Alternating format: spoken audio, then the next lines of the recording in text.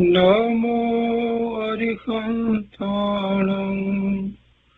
नमो सिद्धाणं नमो आयर्याणं नमो उज्जयाणं नमो लोये सौसाहुनम् असपञ्चनमोकारो सर्वपावपणासनो मङ्गलानं च सौवर्ते परमं वै मङ्गलम् अज्ञानतिमिरन्धानां ज्ञानाञ्जनशलाकया चक्षुरुन्मीलितं येन तस्मै श्रीगुरुवे नमः।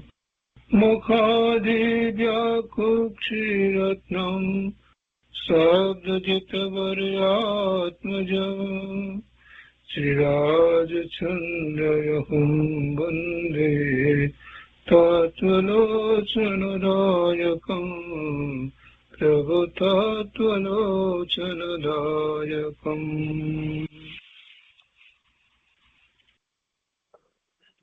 કૃપાળુદેવના વચનામૃતનો સ્વાધ્યાય. એમાં આપણે મોક્ષમાળાનો સ્વાધ્યાય કરી રહ્યા છીએ. મોક્ષમાળાના શિક્ષાપાઠ 40 સુધી સ્વાધ્યાય કર્યો છે. આજે શિક્ષાપાઠ 41 થી આગળ સ્વાધ્યાય લઈએ છીએ. પુસ્તકમાં પાના નંબર 88, શિક્ષાપાઠ 41મો, ભિખારીનો ખેદ, ભાગ પહેલો. કૃપાળુદેવે એક સુંદર દૃષ્ટાંત આપ્યું છે. લખે છે કે એક પામર ભિખારી જંગલમાં ભટકતો હતો. ત્યાં તેને ભૂખ લાગી એટલે તે બિચારો લડતિયા ખાતો ખાતો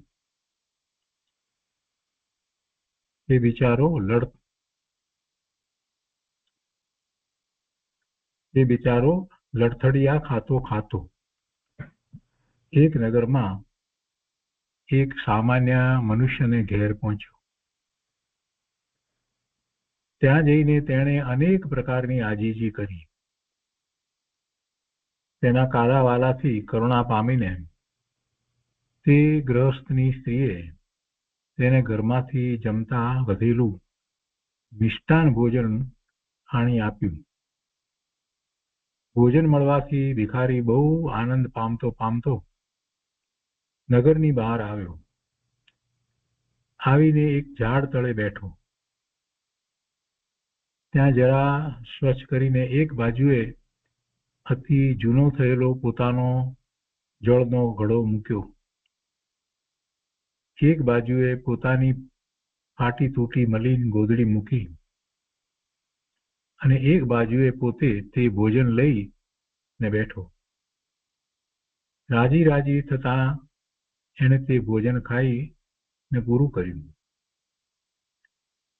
ઓશિતે પછી એક પથ્થર મૂકીને તે સૂતો.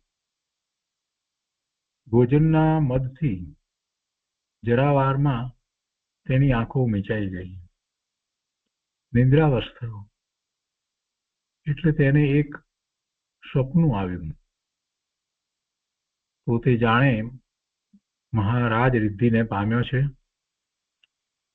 સુંદર વસ્ત્ર આભૂષણ ધારણ કર્યા છે. તે શાખામાં પોતાના વિજયનો ડંકો વાગી ગયો છે. સમીપમાં તેની આજ્ઞા અવલંબન કરવા અનુચરો ઊભા થઈ રહ્યા છે. આજુબાજુ છડીદારો ખમ્મા ખમ્મા પુકારે છે. એક રમણીય મહેલમાં સુંદર પલંગ પર તેણે શયન કર્યું છે. દેવાંગના જેવી સ્ત્રીઓ તેના પગ ચાંપે છે. પંખાથી એક બાજુએથી પંખાનો મંદ મંદ પવન ઢોળાય છે. એવા સપનામાં તેનો આત્મા ચડી ગયો. તે સપનાના ભોગ લેતા તેના રોમ ઉલ્લસી ગયા. એવામાં મેઘ મહારાજા ચડી આવ્યા. વીજળીના ઝબકારા થવા લાગ્યા. સૂર્યદેવ વાદળથી ઢંકાઈ ગયો. સર્વત્ર અંધકાર પથરાઈ ગયો અને મુશળધાર વરસાદ થશે એવું જણાયું. અને એટલામાં ગાજવીજથી એક પ્રબળ કડાકો થયો. કડાકાના અવાજથી ભય પામીને તે પામર ભિખારી બિચારો જાગી ગયો.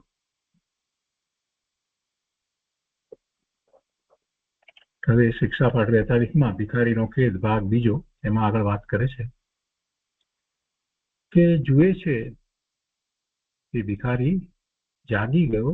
પછી જુએ છે તો તે સ્થળે પાણીનો કોકરો ઘડો પડ્યો હતો. તે સ્થળે તે ઘડો પડ્યો છે. જે સ્થળે પાણીનો ઘડો એને મૂક્યો હતો એ જ સ્થળે એ ત્યાં રહ્યો છે. જ્યાં ફાટી તૂટી ગોદડી પડી હતી ત્યાં જ તે પડી છે. પોતે જેવા મલિન અને ગોખ જાળીવાળા કાણાવાળા ફાટેલા કપડાં ધારણ કર્યા હતા તેવા અને તેવા શરીર ઉપર તે વસ્ત્રો બિરાજે છે. નથી તલ ભાર વધ્યું કે નથી જવ ભાર ઘટી. નથી તે દેશ કે નથી તે નગરી. નથી તે મહેલ કે નથી તે પલંગ. નથી તે ચામર છત્ર ધરનાર કે નથી તે ચડીતારો. નથી તે સ્ત્રીઓ કે નથી તે વસ્ત્ર અલંકારો. નથી તે પંખા કે નથી તે પવન. નથી તે અનુચરો કે નથી તે આજ્ઞા. નથી તે સુખ વિલાસ કે નથી તે મદોન્મત્તતા. ભાઈ તો પોતે જેવા હતા તેવા ને તેવા દેખાયા. એથી તે દેખાવ જોઈને તે ખેદ પામ્યો. સપનામાં મેં મિથ્યા આડંબર દીઠો તેથી આનંદ માન્યો. એમાંનું તો અહીં કશુંય નથી. સપનાના ભોગ ભોગવ્યા નહીં અને તેનું પરિણામ જે ખેદ તે હું ભોગવું છું. એમ એ પામર જીવ પશ્ચાતાપમાં પડી ગયો.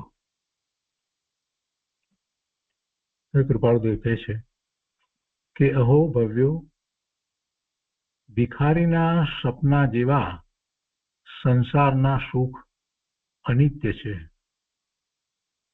સપનામાં જેમ તે ભિખારીએ સુખ સમુદાય દીઠા અને આનંદ માન્યો તેમ પામર પ્રાણીઓ સંસાર સ્વપ્નના સુખ સમુદાયમાં આનંદ માને છે. જેમ તે સુખ સમુદાય જાગૃતિમાં મિથ્યા જણાયા તેમ જ્ઞાન પ્રાપ્ત થતા સંસારના સુખ તેવા જણાય છે.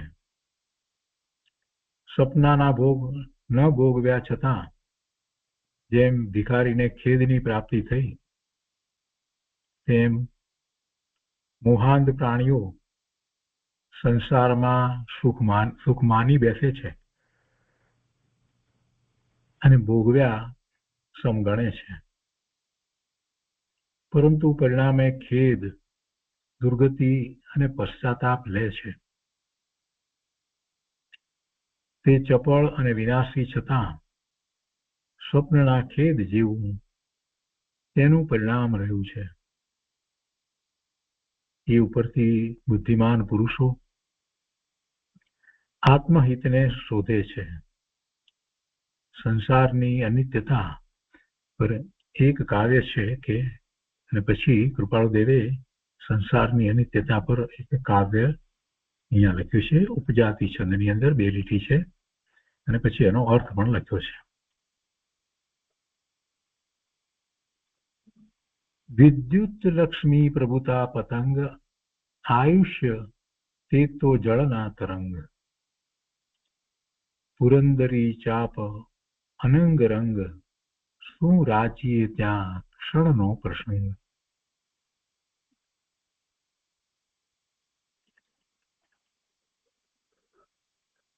એ બે પંક્તિના અર્થમાં લખે છે વિશેષાર્થ. લક્ષ્મી વીજળી જેવી છે. વિદ્યુત લક્ષ્મી એમ લખ્યું છે ને, એટલે લક્ષ્મી વીજળી જેવી છે. વીજળીનો ઝબકારો જેમ થઈને ઓલવાઈ જાય છે તેમ લક્ષ્મી આવીને ચાલી જાય છે. લક્ષ્મી આવીને ચાલી ન ગઈ હોય તો એ પ્રસંગમાંથી ચાલ્યો જાય છે, એ આ ભાવમાંથી ચાલ્યો જાય. છેવટે તો જે સંયોગે કરીને પ્રાપ્ત થયેલી લક્ષ્મી હતી એનો વિયોગ તો થાય જ છે. અધિકાર પતંગના રંગ જેવો છે. પતંગનો રંગ જેમ 4 દિવસની ચટકી છે તેમ અધિકાર માત્ર થોડો કાળ રહી હાથમાંથી જતો રહે છે. પ્રભુતા પતંગ છે એનો અર્થ કર્યો છે અધિકાર પ્રભુતા. એ અધિકાર પ્રભુતા એક સરખા રહેતા નથી અને થોડો કાળ રહી અને પછી એ હાથમાંથી જતા રહે છે. આયુષ્ય તે તો જળના તરંગ એનો અર્થ કર્યો છે આયુષ પાણીના મોજા જેવું છે.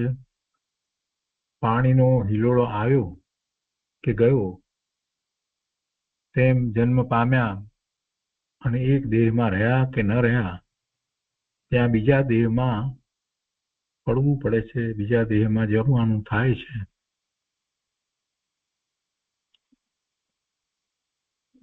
કામ ભોગ આકાશમાં ઉત્પન્ન થતા ઇન્દ્રના ધનુષ્ય જેવા છે. મેઘ ધનુષ્ય, પુરંદરી ચાપ એટલે મેઘ ધનુષ્ય.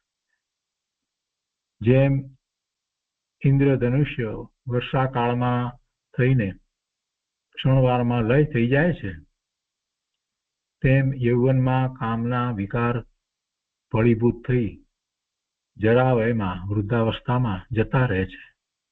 પુરંદરી ચાપ અનંગ રંગ શું રાચીએ ત્યાં ક્ષણનો પ્રસંગ. એટલે હવે કહે છે કે ટૂંકમાં હે જીવ એ સગળી વસ્તુઓનો સંબંધ ક્ષણભર છે. એમાં પ્રેમ બંધનની સાંકળે બંધાઈને શું રાચવું. તાત્પર્ય એ સગળા ચપળ અને વિનાશી છે. તું અખંડ અને અવિનાશી છે. આ બધા સંયોગે કરીને જે પ્રાપ્ત થાય છે તે એક સરખા તો રહેતાય નથી અને એ સંયોગ છે. એ સંયોગે કરીને પ્રાપ્ત થયા છે એટલે વિયોગ થયા વિના રહેતો નથી. એટલે કે છે કે સગળા ચપળ અને વિનાશી છે. તું અખંડ અને અવિનાશી છે. માટે તારા જેવી નિત્ય વસ્તુને પ્રાપ્ત કર. એટલે પોતાની નિત્ય વસ્તુને પોતે અખંડ અવિનાશી છે એને પ્રાપ્ત કર. એ બોધ યથાર્થ છે. તો એ રીતે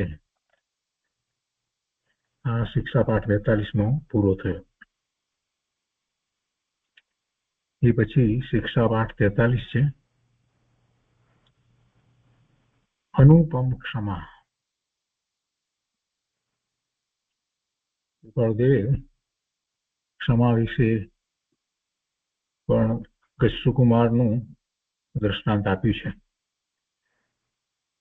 કૃપાળુદેવ લખે છે કે ક્ષમા એ અંતરશત્રુ જીતવામાં ખડગ છે. ખડગ એટલે તલવાર.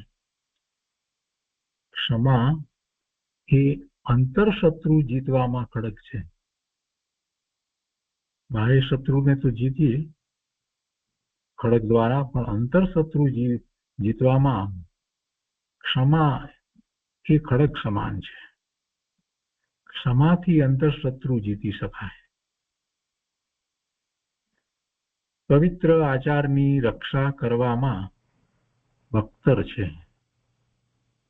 બખ્તર પહેરીને લડાઈ કરે છે તો એ રક્ષિત છે, એને ઘા પડતા નથી. એવી રીતે પવિત્ર આચારની રક્ષા કરવામાં ક્ષમા છે એ બખ્તર સમાન છે.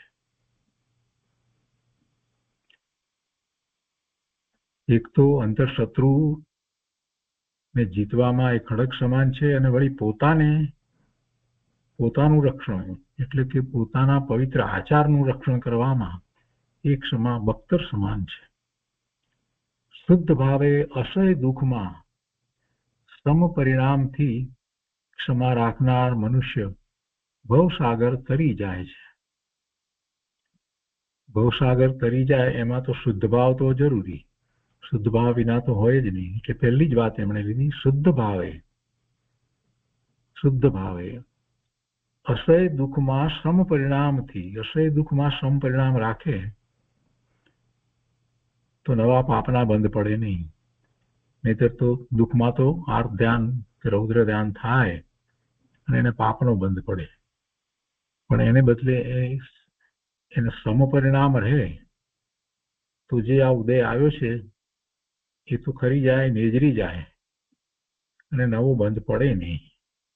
અને પોતે શુદ્ધ ભાવે કરે છે તો પછી વિતરાગી પરિણામ થાય છે, ઘણી શુદ્ધિની વૃદ્ધિ થાય છે. એટલે કહે છે કે શુદ્ધ ભાવે અસહ્ય દુઃખમાં, સહી ન શકાય એવા અસહ્ય દુઃખમાં સમ પરિણામથી ક્ષમા રાખનાર મનુષ્ય ભવસાગર તરી જાય છે. એવી સાચી ક્ષમા એ જ્ઞાની ધર્મીને હોય છે, જેમાં શુદ્ધ ભાવ હોય. ક્ષમા તો ઘણાને હોય, પરંતુ શુદ્ધ ભાવ એ મહત્વનો છે. હવે સુકુમારનું ઉદાહરણ લખે છે કે શ્રી કૃષ્ણ વાસુદેવના ગજસુકુમાર નામના નાના ભાઈ મહા સુરૂપવાન સુકુમાર માત્ર 12 વર્ષની વયે ભગવાન નેમિનાથની પાસેથી સંસાર ત્યાગી અને સ્મશાનમાં ઉગ્ર ધ્યાનમાં રહ્યા હતા. સંસાર ત્યાગી થઈ દીક્ષા અંગીકાર કરી અને સ્મશાનમાં ઉગ્ર ધ્યાનમાં રહ્યા હતા. ત્યારે તેઓ એક અદ્ભુત ક્ષમામય ચરિત્રથી મહાસિદ્ધિને પામી ગયા. અદ્ભુત ક્ષમામય ચરિત્રથી મહાસિદ્ધિને પામી ગયા, અને તે અહીં કહું છું એમ કહી અને એમનો પ્રસંગ આખો વર્ણવ્યો છે. સોમલ નામના બ્રાહ્મણની સુરૂપવર્ણ સંપન્ન પુત્રી વગેરે એની સાથે ગજસુકુમારનું ક્ષતપણ કર્યું હતું. પરંતુ લગ્ન થયા પહેલા ગજસુકુમાર તો સંસાર ત્યાગી ગયા. આથી પોતાની પુત્રીનું સુખ જવાના દ્વેષથી તે સોમલ બ્રાહ્મણને ભયંકર ક્રોધ આપ્યો. ગજસુકુમારનો શોધ કરતો કરતો એ સ્મશાનમાં જ્યાં મહામુનિ ગજસુકુમાર એકાગ્ર વિશુદ્ધ ભાવથી કાયોત્સર્ગમાં છે ત્યાં આવી પહોંચ્યો. કોમળ ગજસુકુમારના માથા પર ચીકણી માટીની વાડ કરી અને અંદર ધકધકતા અંગારા ભર્યા. ઈંધણ પૂર્યું એટલે મહાતાપ થયો. એથી ગજસુકુમારનો કોમળ દેહ બળવા માંડ્યો, એટલે તે સોમલ જતો રહ્યો. એ વેળા ગજસુકુમારના અસહ્ય દુઃખમાં કહેવું પણ શું હોય. પરંતુ ત્યારે તે સંભાવ પરિણામમાં રહ્યા. કિંચિત ક્રોધ કે દ્વેષ એના હૃદયમાં જન્મ પામ્યો નહીં. પોતાના આત્માને સ્થિતિસ્થાપક કરીને બોધ દીધો કે જો પોતે પોતાના આત્માને બોધ દીધો કે જો તું એની પુત્રીને પરણ્યો હોત તો એ કન્યાદાનમાં તને પાઘડી આપત, અને એ પાઘડી થોડા વખતમાં ફાટી જાય તેવી અને પરિણામે દુઃખદાયક થાત. આ એનો બહુ ઉપકાર થયો કે એ પાઘડી બદલ એણે મોક્ષની પાઘડી બંધાવી. એવા વિશુદ્ધ પરિણામથી અડગ રહી સંભાવથી તે અસહ્ય વેદના સહીને સર્વજ્ઞ સર્વદર્શી થઈ, એટલે કે કેવળ જ્ઞાન પામી અનંત જીવન સુખને પામ્યા, સિદ્ધ દશાને પામ્યા. કેવી અનુપમ ક્ષમા અને કેવું તેનું સુંદર પરિણામ. તત્વજ્ઞાનીઓના વચન છે કે આત્મા માત્ર સ્વસદભાવમાં આવવો જોઈએ. તત્વજ્ઞાનીઓ મહાપુરુષોના વચન છે કે આત્મા માત્ર સ્વસદભાવમાં આવવો જોઈએ, અને તે આવ્યો તો મોક્ષ હથેળીમાં જ છે, તો પછી મોક્ષ દૂર નથી. ગજસુકુમારની નામાંકિત ક્ષમા કેવો વિશુદ્ધ બોધ કરે છે.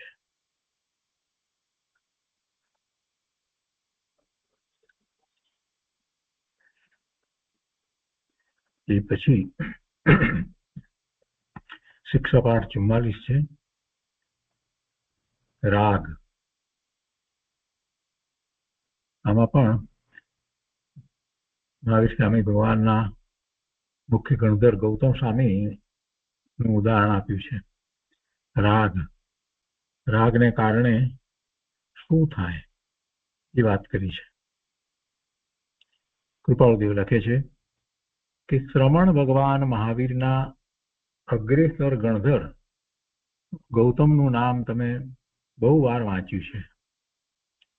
ગૌતમ સ્વામીના બોધેલા કેટલાક શિષ્યો કેવળ જ્ઞાન પામ્યા, છતાં ગૌતમ સ્વામી પોતે કેવળ જ્ઞાન પામતા નહોતા.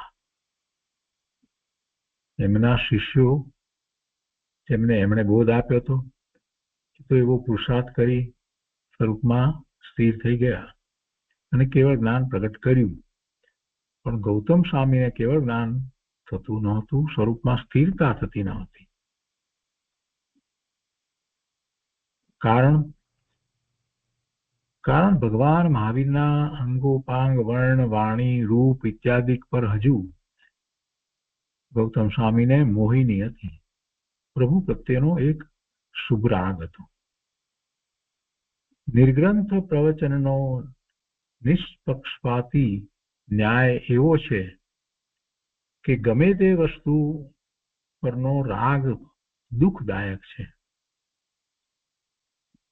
રાગ એ મોહિની અને મોહિની એ સંસાર જ છે. નિર્ગ્રંથ પ્રવચન એટલે પરમાત્માની વાણી, દિવ્ય ધ્વનિ. એવા નિર્ગ્રંથ પ્રવચનનો નિષ્પક્ષપાતી ન્યાય એવો છે કે ગમે તે વસ્તુ પરનો રાગ, ગમે તેના પરનો રાગ, સાક્ષાત ભગવાન પ્રત્યેનો રાગ જે છે એ પણ રાગ દુઃખદાયક છે. રાગ એ મોહિની અને મોહિની એ સંસાર જ છે. ગૌતમ સ્વામીના હૃદયથી એ રાગ જ્યાં સુધી ખસ્યો નહીં પ્રભુ પ્રત્યેનો, વર્ધમાન મહાવીર સ્વામી ભગવાન પ્રત્યેનો ગૌતમ સ્વામીને જે રાગ હતો તે રાગ જ્યાં સુધી એમના હૃદયમાંથી ખસ્યો નહીં ત્યાં સુધી તેઓ કેવળ જ્ઞાન પામ્યા નહીં. પછી શ્રમણ ભગવાન જ્ઞાત પુત્ર જ્યારે અનુપમેય સિદ્ધિને પામ્યા એટલે સિદ્ધ થયા. જેને ઉપમા ન આપી શકાય એવી દશા અનુપમેય સિદ્ધિને પામ્યા. ત્યારે ગૌતમ સ્વામી નગરમાંથી આવતા હતા. ભગવાનના નિર્વાણ સમાચાર સાંભળીને તેઓ ખેદ પામ્યા. વિરહથી તેઓ અનુરાગ વચનથી બોલ્યા, હે મહાવીર, તમે મને સાથે તો ન લીધો, પરંતુ સંભાળ્યોય નહીં, યાદ પણ ના કર્યો. આ શ્વેતાંબર મત પ્રમાણે પ્રથમાનુયોગની વાત છે. એટલે કેમ કે દિગંબર મત પ્રમાણે તો રાત્રિએ વહેલી સવારે મહાવીર સ્વામી ભગવાન નિર્વાણ પામ્યા એમ છે. અહીંયા તો એમ કે છે કે ગૌતમ સ્વામી નગરમાંથી આવતા હતા, એટલે કઈ એટલી વખતે કઈ નગરમાંથી આવતા હોય એવું બને નહીં. તો અહીંયા એ પ્રમાણે સમજવા. તો ભગવાનના નિર્વાણ સમાચાર સાંભળીને તેઓ ખેદ પામ્યા અને વિરહથી તેઓ અનુરાગ વચનથી બોલ્યા, હે મહાવીર, તમે મને સાથે તો ન લીધો, પરંતુ સંભાળ્યોય નહીં. મારી પ્રીતિ સામી તમે દ્રષ્ટિ પણ કરી નહીં. આમ તમને થાજતું નહોતું. એવા તરંગો કરતા કરતા તેમનું લક્ષ્ય ફર્યું અને તે વિરાગ શ્રેણીએ ચડ્યા, રાગ રહિત શ્રેણીએ ચડ્યા. હું બહુ મૂર્ખતા કરું છું. એ વિતરાગ, નિર્વિકારી અને વિરાગી તે મારામાં કેમ મોહિની રાખે?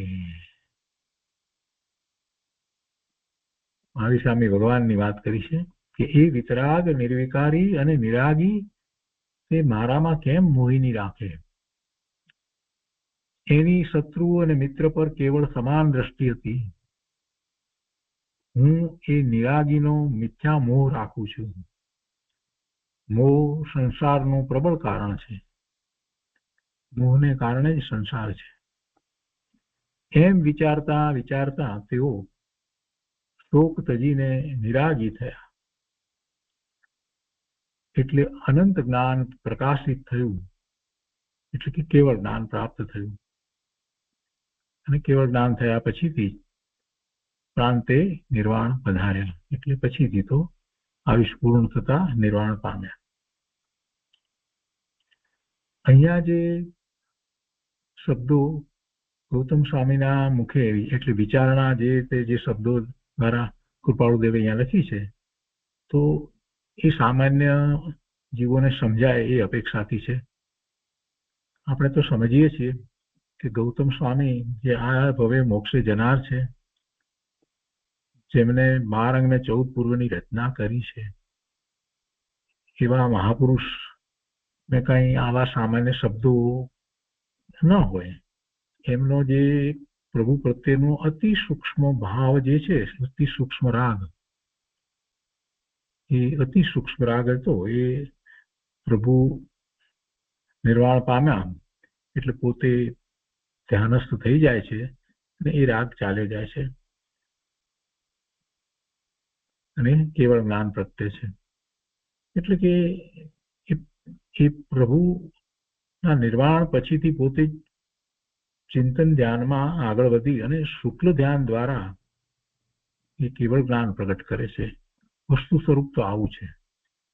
અને એવા 4 જ્ઞાનના સ્વામી ગૌતમ સ્વામીના તો 4 જ્ઞાન હતા, મતિ, શ્રુત, અવધિ, મનોપર્ય. એવા 4 જ્ઞાનના સ્વામી એમને કઈ સામાન્ય પ્રકારે પ્રભુ પ્રત્યે કઈ મોહિની હોય એવો રાગ ન હોય, પણ પ્રભુનો ઉપકાર છે એને કારણે એક સહજ એવો અંતરમાં ભાવરૂપ શુદ્ધભાવ જે વર્તતો હતો, એટલું બહારમાં એમને રહેવાનું જે થતું હતું. તો પ્રભુ નિર્વાણ પામ્યા એટલે પછી પોતે અંતરલીન થઈ જાય અને કેવળ જ્ઞાન પ્રગટ કરે છે. એટલે ત્યારે તો શુક્લ ધ્યાન પ્રગટે છે, એવો અભૂતપૂર્વ એમનું ધ્યાનમાં પુરુષાર્થ થાય છે. આગળ અહીંયા લખે છે કે ગૌતમ મુનિનો રાગ આપણને બહુ સૂક્ષ્મ બોધ આપે છે. ભગવાન પરનો મોહ ગૌતમ જેવા ગણધરને દુઃખદાયક થયો તો પછી સંસારનો, તે વળી પામર આત્માઓનો મોહ કેવું અનંત દુઃખ આપતો હશે. આના ઉપરથી તો બોધપાઠ લેવાનો છે કે બધા જીવો, બધા આત્માઓ વર્તમાન પર્યાયમાં જે રીતે સંબંધમાં રહ્યા છે એમના પ્રત્યેનો જે મોહ છે એ મોહ ખરેખર તો એ અનંત દુઃખનું કારણ છે, એટલે કે ભવના ભ્રમણનું કારણ છે. સંસાર રૂપી ગાડીને રાગ અને દ્વેષ એ બે રૂપી બળદ છે, એ ખેંચી રહ્યા છે. સંસારને કોણ આગળ વધારી રહ્યું છે? રાગ અને દ્વેષ એ આગળ વધારી રહ્યા છે. એ ન હોય તો સંસારનું અટકન છે, એટલે સંસાર અટકી જાય. સંસાર રૂપી ગાડું રાગ દ્વેષ તેના આગળ ચાલતું નથી. રાગ દ્વેષ મટે તો સંસાર ઘટી અને પછી ક્ષીણ થઈ જાય. પણ રાગ દ્વેષ કઈ એમને ઘટતા નથી. કોઈનો ઉપદેશ વારંવાર સાંભળીએ તો પણ કઈ રાગ દ્વેષ ઘટતા નથી. રાગ દ્વેષ ક્યારે છે એનો જરાક વિચાર કરે તો ખ્યાલ આવે. આટલા શાસ્ત્રોના અભ્યાસ પછી, દ્રવ્યશ્રુતના અભ્યાસ પછી તો એ વાત સ્પષ્ટ છે કે જીવને શુદ્ધ ભાવ અને અશુદ્ધ ભાવ બે પ્રકારના ભાવ છે. એમાં જે અશુદ્ધ ભાવ જે છે એમાં એને રાગ ને દ્વેષના પરિણામ થાય છે, અને એવો અશુદ્ધ ભાવ એની પર્યાયમાં એનું લક્ષ્ય પર તરફ છે ત્યારે જ હોય છે. એટલે સ્વનું લક્ષ્ય નથી કરતો તો પરના લક્ષ્ય એને સાક્ષાત જેની પ્રતિમા કે સાક્ષાત જીનેશ્વર ભગવાન તીર્થંકર પરમાત્મા બિરાજતા હોય તો પણ એમના લક્ષ્ય પણ એને શુભ ભાવ છે પણ શુદ્ધ ભાવ નથી, અને એ બંધનું કારણ છે. અને જ્યાં સુધી એવા બંધ પડે છે, જ્યાં સુધી એવા આશ્રવ થયા કરે છે, ત્યાં સુધી મુક્તિ નથી. અહીંયા કહે છે કે જ્યાં રાગ નથી ત્યાં દ્વેષ નથી. રાગ અને દ્વેષ એક સિક્કાની બે બાજુ જેવા છે. રાગ હોય અને દ્વેષ ન હોય એમ બને નહીં. એટલે જ્યાં રાગ નથી ત્યાં દ્વેષ નથી, બંને સાથે જ જાય. અને એ રાગ અને દ્વેષના ભાવ એ અશુદ્ધ ભાવ છે, અને એમાં લક્ષ્ય પરનું છે. અને આટલી વાત સમજે તો જ્યારે લક્ષ્યને બદલે અને એની દિશાને પલટી અને સ્વરૂપ તરફ કરી દે, લક્ષ્યને સ્વરૂપ તરફ વાળી દે, તો પછી રાગ દ્વેષ ઉત્પન્ન ન થાય. આમ કોઈના કહેવાથી રાગ દ્વેષ ન કરો એમ બને નહીં. સ્વ તરફ ન વળે ત્યાં સુધી જ્ઞાનીને પણ રાગ થાય છે ને ધર્મીને પણ શુભભાવ થાય છે ને. જેટલો સમય એ સ્વરૂપમાં છે, સ્વમાં એકાગ્રતા કરે છે, એટલો સમય એને વિતરાગી પરિણામ છે. એ સિવાય એ જ્ઞાની પણ વિકલ્પમાં છે, સ્વવિકલ્પ દશામાં છે, ત્યારે એમને પણ રાગ છે, શુભભાવ હોય છે. એટલે રાગ અને દ્વેષ છોડો એ બધી વાત જે કહેવામાં આવે છે એવું કહેવાવાળા વસ્તુ સ્વરૂપને સમજ્યા નથી, એટલે એવો ઉપદેશ આપે છે. જ્યારે જે વસ્તુ સ્વરૂપને સમજ્યા છે, આત્મસાત કર્યું છે, ક્ષણે ક્ષણે પોતાના આત્માને એ રીતે સ્વવિકલ્પ દશામાં પણ જાણે કે અનુભવી રહ્યા છે, એવા પૂજ્ય ગુરુદેવ કાનજી સ્વામી જેવા એ તો એમ કે છે કે સ્વરૂપમાં જાઓ.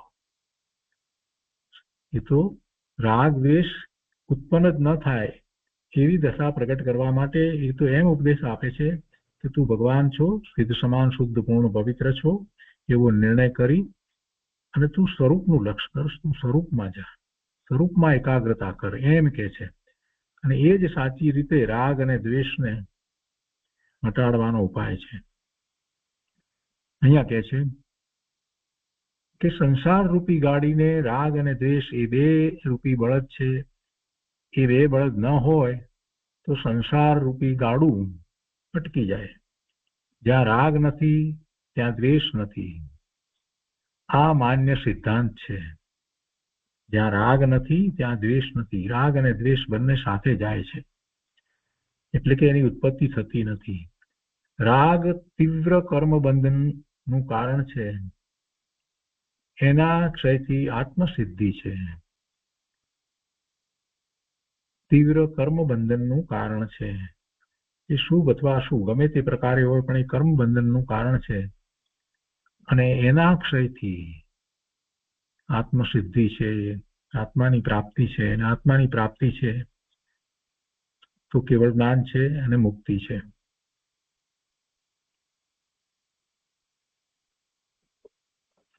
તો એ રીતે એ શિક્ષાપાઠ 44મો પૂરો થયો. હવે શિક્ષાપાઠ 45માં સામાન્ય મનોરથ, ઈચ્છા, સ્પૃહા અથવા તો એવી મહેચ્છા, એ બધું જેમાં સમાઈ જાય છે એ મોહને કારણે જીવને હોય છે તે એ સામાન્ય મનોરથ, જીવના મનોરથ. એના ઉપર એક કાવ્ય લખ્યું છે સવૈયા છંદમાં.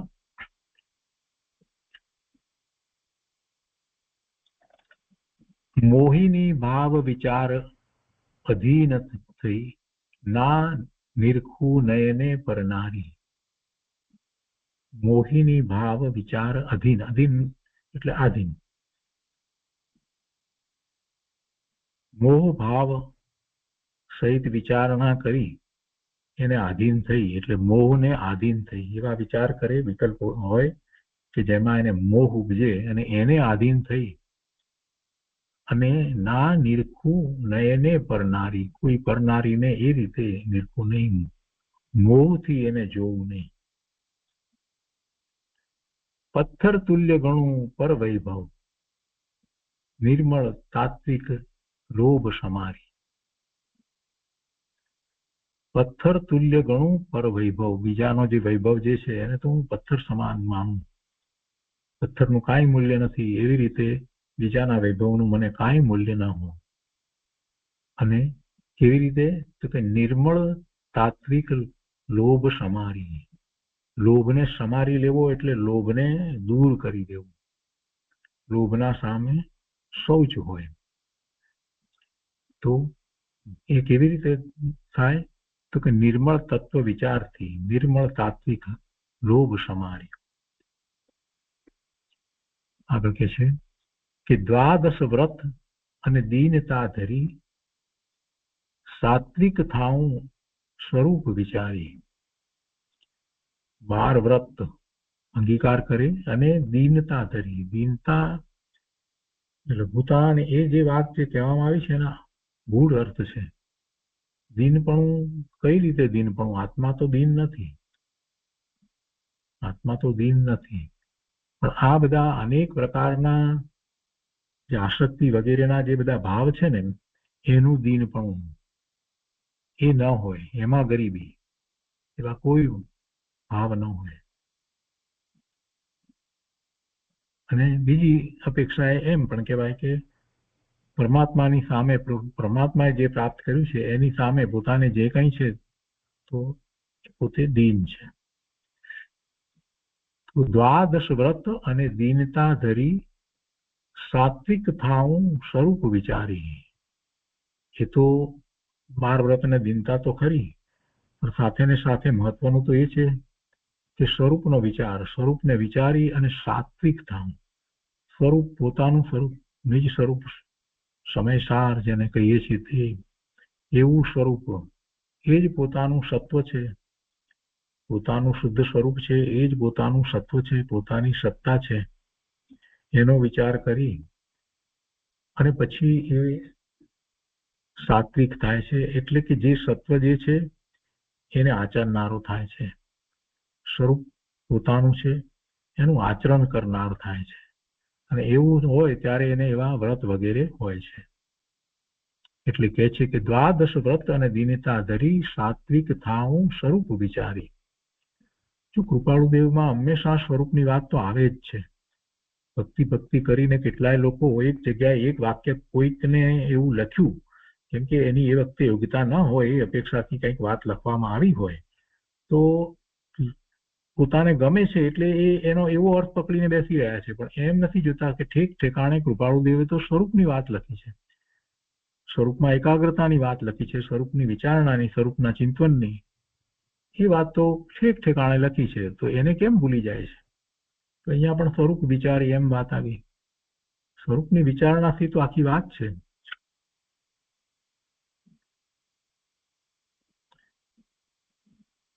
આખી આત્મસિદ્ધિ લખીને એમાં પહેલી શરૂઆત જ એનાથી કરી. સ્વરૂપની પ્રાપ્તિ વિના દુઃખ પામ્યો છે, તો સ્વરૂપની વાત તો મુખ્ય છે. કૃપાળુદેવે અહીંયા તો 16 વર્ષની ઉંમરે 17મા વર્ષની અંદર પણ સ્વરૂપની વાત લખી છે. અને પછી કહે છે કે એ મુજ નેમ સદા શુભ ક્ષેમક નિત્ય અખંડ રહો ભવહારી. એ મુજ નેમ, એ મારી ઈચ્છા છે, નેમ છે એટલે કે એવો નિયમ કરું છે, એવી પ્રતિજ્ઞા કરું છે, એમ પણ થાય છે.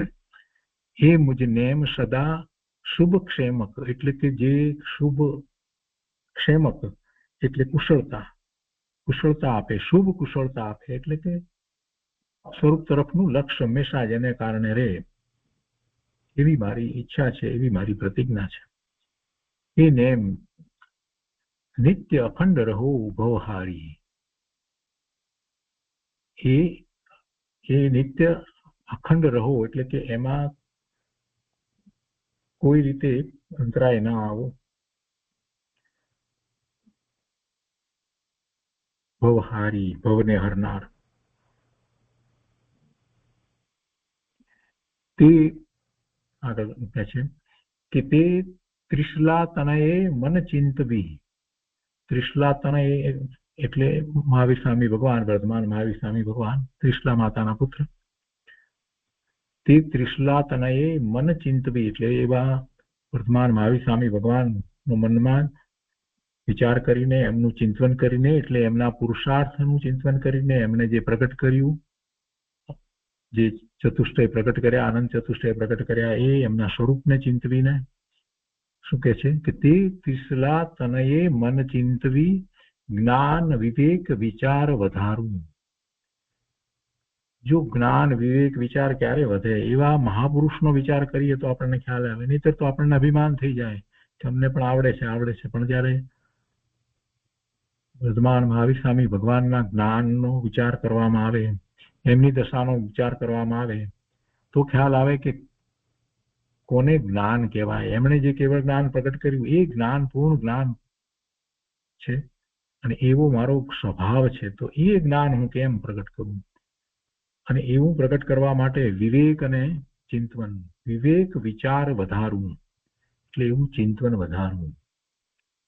આગળ કહે છે નિત્ય વિશોધ કરી, વિશેષ શોધ કરી, નિત્ય વિશોધ કરી નવ તત્વનો ઉત્તમ બોધ અનેક ઉચ્ચારો. નિત્ય હંમેશા નવ તત્વનો વિશેષપણે વિચાર કરીને ઉત્તમ બોધ અનેક ઉચ્ચારો, એમાંથી બોધ પ્રાપ્ત કરવું અને બીજાને પણ એ બોધ સંભળાવવું. સંશય બીજ ઉગે નહીં અંદર, સંશય બીજ ઉગે નહીં અંદર, જે જીનના કથનો અવધારું. જીનેશ્વર ભગવાનની વાણી, જીનવાણીમાં ક્યારેય મને શંકા ન થાય, આશંકાય ન થાય, ક્યારેય મને ભગવાનની વાણીમાં શંકા ન થાય. આ ભાવના તો નિત્ય ભાવવા જેવી છે.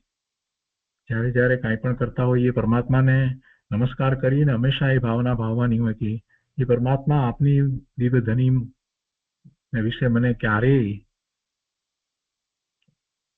શંકા કે આશંકા ન થાય. એવી જ રીતે આપણે ગુરુદેવને કે કૃપાળુદેવને વંદન કરીએ, નમસ્કાર કરીએ, ત્યારે પણ એ જ ભાવના ભાવવી જોઈએ કે પ્રભુ કૃપાળુદેવ, આપે જે બોધ આપ્યો છે, આપના જે વચનામૃત છે, એમાં મને ક્યારેય શંકા ન થાય, એવી રીતે ગુરુદેવની વાણી વિશે પણ એવો જ ભાવ વ્યક્ત કરવો જોઈએ વારંવાર કે ગુરુદેવ આપના વચનામૃતમાં મને ક્યારેય કોઈ રીતે શંકા ન થાવ, આશંકાએ ન થાવ, મને આપનો કહેવાનો બધો ભાવ સમજાય. એવો ભાવ સાધકને હોવો જોઈએ. મહાપુરુષની વાણીમાં ક્યારેય શંકા કરવી નહીં, અને કોઈક વખતે કોઈક વાત એવી બને તો એ વખતે જરા કેમ આશંકાનો ભાવ થઈ જાય કે કેમ હશે, આમ હશે કે તેમ, તો તરત જ વિચાર ફેરવવો કે ના ના, અત્યારે ભલે મને ન સમજાય કદાચ, પણ વસ્તુ સ્વરૂપ મને સમજાશે જ. આ વાણી તો પરમ સત્ય છે. જીનવાણીને વિશે હંમેશા એવો ખૂબ ઉચ્ચ વિચાર રહેવો જોઈએ. જીનવાણીને વિશે ક્યારેય આશંકાએ ન થવી જોઈએ. જે જીનવાણી નથી, ખોટી બધી વાતો જે છે, ઘડી કાઢેલી કલ્પિત વાતો છે, એને જીનવાણી પણ ન માનવી. સાથે ને સાથે એ પણ સમજવા જેવું છે. જે જૈનના સિદ્ધાંતો છે એ સિદ્ધાંતોથી વિરુદ્ધ વાત જો હોય તો ગુરુદેવ કાનજી સ્વામી તો ઘણી વાર કહે છે કે આ જીનવાણી હોય નહીં. જે કોઈક એવી બધી વાતો જે કરે તો એમાં કહે છે કે ના, એવો જે બોધ આપે છે તો એ જીનવાણી હોઈ શકે નહીં, એ એની મતિ કલ્પના, એને ઘડી કાઢેલી વાત છે, એ કલ્પિત છે. જીનવાણીમાં આ વાત હોય નહીં.